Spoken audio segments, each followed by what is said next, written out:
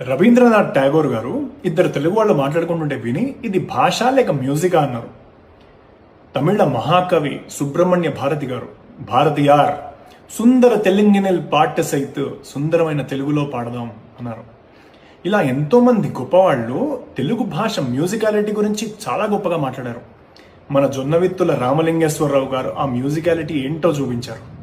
స్వర్గంలో ఉన్న ఐరావతం తెల్ల ఏనుగు వెంకటేశ్వర స్వామి మీద భక్తితో డైరెక్ట్గా తిరుపతిలోకి దిగి భక్తులందరితో కలిసి కాలి నడకన కొండెక్కుతుందంట.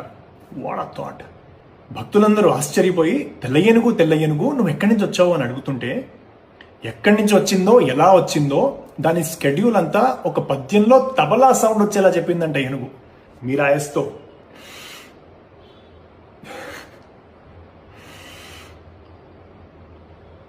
ధరకిట దిగి గిరికట సని మరకత పతక పతిక నమ్మతిన తిన్నడు జూంతరితక త్వరితక తింతక తిరిగత తిరుపతి ధరికి.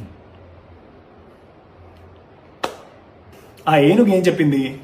ధరకి ఇట దిగి గిరికి అట జని మరకత పతకన మరకత పతకం ధరించిన వెంకటపతిని కనగా మదినతి నిడుచును మనస్సులో నమస్కారం చేసుకుంటూ తరితగా దర్శన సమయానికి తగినట్టుగా త్వరితగ తింతగా తిరిగత తిరుపతి ధరికిన్.